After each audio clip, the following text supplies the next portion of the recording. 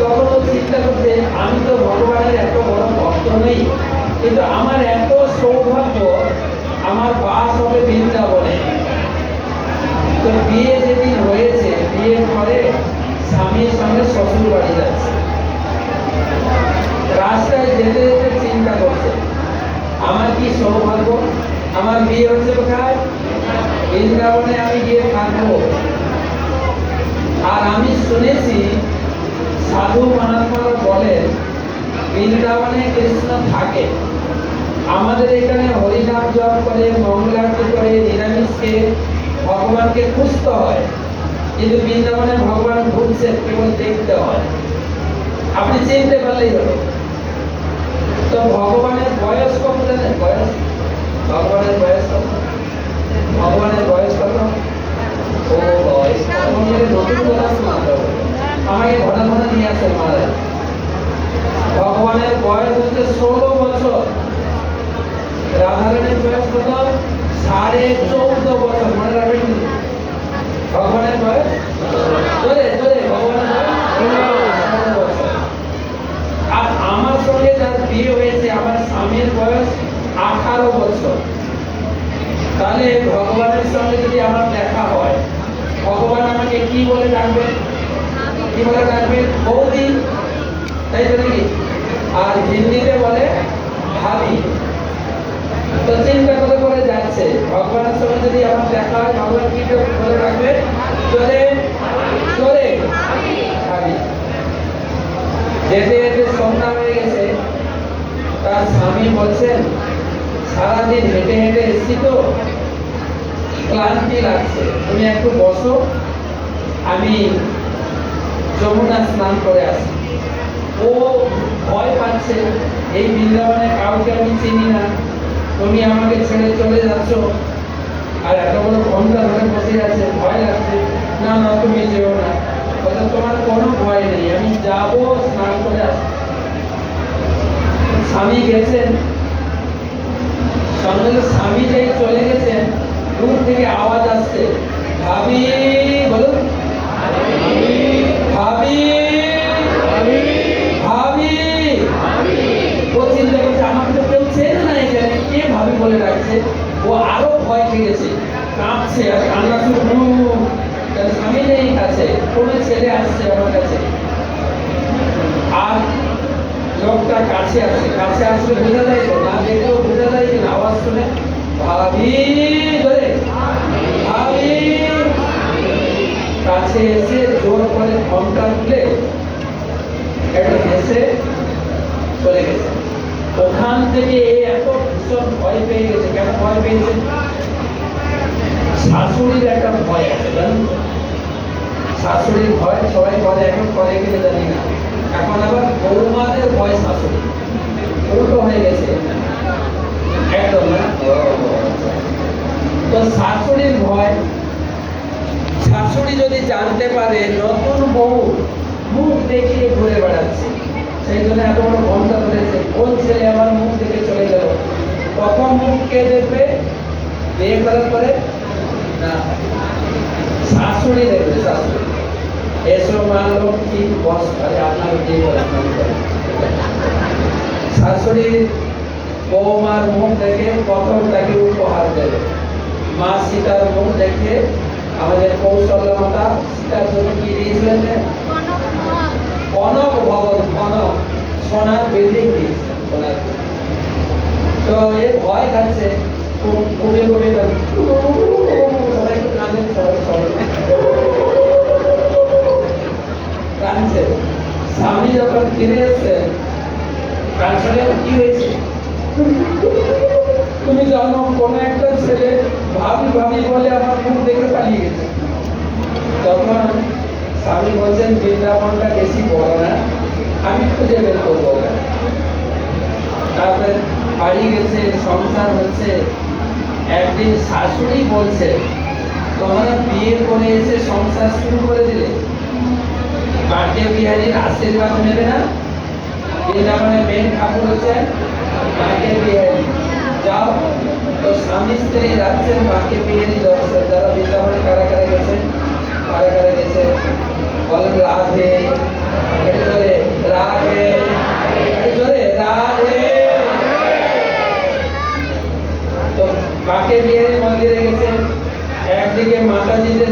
একদিকে তরুণের লাইন, এত ভিড়। স্বামী স্ত্রীকে মেয়েদের লাইনে দাঁড় করেছে, বলে তুমি যাও, তোমাদের লাইনে দর্শন করে এসে আমি যাই আমার লাইনে দর্শন করবো। স্বামী দর্শন করে এসে অপেক্ষা করছে, স্ত্রী আর ফিরছে না।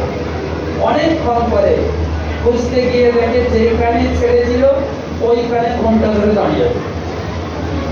স্বামী বলছে তুমি এসো ঠাকুর দেখতে, ঘন্টা ধরে দাঁড়িয়ে আছো, ঘন্টা তুলো। জোর করে ঘন্টা তুলে ঠাকুর দর্শন করো। যেই ঠাকুরকে দর্শন করেছেন, এই লোকটা সেদিন আমার ভাবি ভাবি বলে জোর করে মুখ দেখেছে। কে দেখেছেন? তিনি চেয়েছিলেন আমাকে ভাবি বলে ভগবান ডাকবে। ভগবান দেখেছেন কিনা? দেখেছেন কিনা? বলুন রাধে। ভগবানের সঙ্গে যে যেরকম ভাব করবেন সেইভাবে তাকে ভগবান প্রতিদান দেন। তাই মন্দিরে আসবে।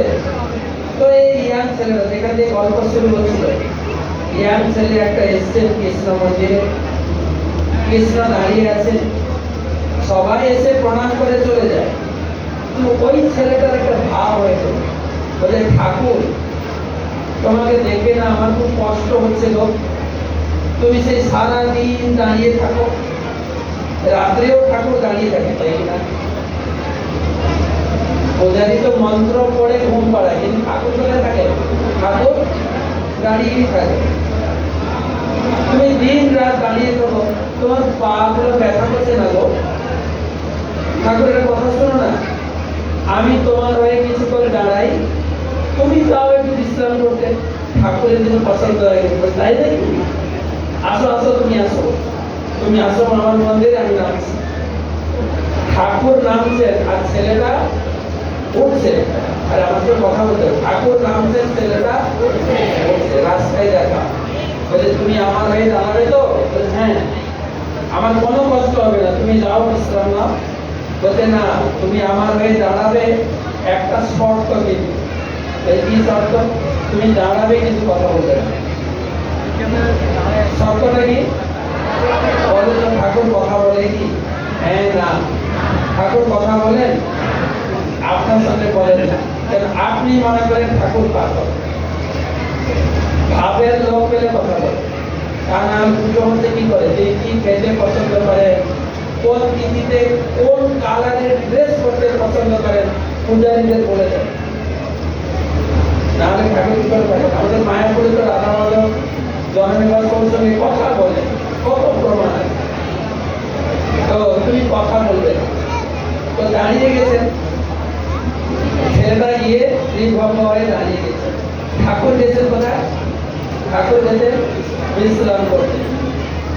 এবারে একটা লোক এসছে, বিজনেসম্যান, ব্যবসাতে প্রচুর লাভ হয়েছে, আর ব্যবসার পুরো টাকা ব্যাগে ভরে এসছে। লাভ শুধু না, পুরো টাকা। ব্যাগটা রেখে ঠাকুরকে প্রণাম করেছেন, প্রণাম করে প্রার্থনা করছেন, ঠাকুর তোমার কি দয়া, এবারে আমার ব্যবসাতে প্রচুর লাভ হয়েছে, এইরকম আমার প্রতি কৃপা করেন ঠাকুর। প্রণাম করে বেরিয়ে গেছে, টাকার ব্যাগটা ছেড়ে দিয়ে গেছে, চলে গেছে অনেক দূর। আরেকজন লোক এসে বলছিল গরিব, ভীষণ গরিব, প্রণাম করেছেন, দেখে প্রণামী বাক্স, এই যে প্রণাম করেছি প্রণামী দিতে হবে, পকেটে একটা কয়েন ছিল, দিয়েছেন। যে কানাগঞ্জের ঠাকুর আমাকে কিছু দাও, 3 দিন ধরে আমার পরিবারকে খেতে পারছে না, মরে যাবে ঠাকুর, কিছু একটা কর। দেখে টাকা দেয়, বলতে বলতে টাকার ব্যাগ, টাকার ব্যাগ তুলেছে, চলে গেছে। 5 নম্বর লোক এলো, 3 নম্বর লোক এসছে, সে নৌসেনা, নেভিতে চাকরি করে। ও এসে প্রণাম করেছেন, প্রার্থনা করতেন, ঠাকুর 2 মাসের ছুটিতে বাড়িতে এসেছিলাম, খুব আনন্দভাবে কাটালাম, আজকে যাচ্ছি চাকরিতে জয়েন করতে, আমাকে আমার পরিবারের সবাইকে সুস্থ রাখো, ফিরে এসে আবার 6 মাস পরে আমার পরিবারে ফিরবো। বলতে বলতে ওই যে বিজনেসম্যান টাকার ব্যাগ ছেড়ে দিয়ে গেছিল, ও যখন মনে পড়েছে টাকার ব্যাগ ছেড়ে এসেছি, ও তো ওখান থেকে পাগলের মতো ছুটতে ছুটতে এসেছে। এসে দেখে টাকার ব্যাগ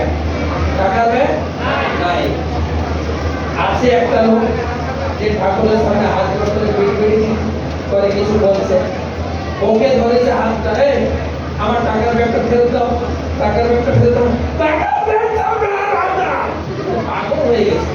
পুরো টাকা তো পুরো টাকা, বলি কি টাকার ব্যাগ, আমি তো বুঝে যাই, জানো না, মারতে শুরু করে পাগল হয়ে গেছে তো পুরো টাকা, খুব ধারাকা মারতে শুরু করে, মেরে মেরে তবে ও মানে টেনে হিচড়ে পুলিশ স্টেশন দিয়ে গেছে, এ আমার টাকার ব্যাগ চুরি করেছে।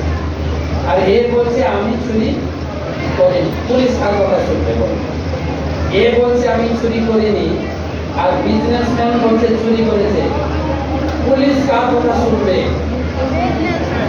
বিজনেসম্যানের কথা শুনবে, কেন ওদের কাছে টাকা পায়, গরিব লোকের কথা পুলিশ শোনে না, তাই তাকে পুলিশ আবার পিটালো, জেলে হয়েছে। গল্প শেষ হয়নি, একটা দৃশ্য শেষ হলো, এবারে ঠাকুর উঠে এসছে, যে ছেলেটাকে বলে তোমার দিন শেষ, নামো, তো ছেলেটা নামছে, ঠাকুর উঠছে, রাস্তায় দেখা, কেমন লাগলো তোমার? ভীষণ কষ্ট। বলে কেন? তোমার পা ব্যথা করেছে? না, মন্দিরের ভিতরে একটা বড় অন্যায় হয়ে গেল, যেটা দেখে সহ্য করা যায়, লোকটা টাকার ব্যাগ চুরি করেনি, তার উপরে এত অত্যাচার, মন্দিরের ভিতরে অন্যায়, ধর্মস্থানে অধর্ম, ছেলেটা মানে একদম রেগে মেগে বলে যাচ্ছে, বলছে একটু চুপ করো, চুপ করো, চুপ করো, চুপ করো, কিছু বলতে যাচ্ছি, কিন্তু কন্ডিশন শর্ত, কি শর্ত কি ছিল? কথা বলবে, সহ্য করা যায়, কথা না বলে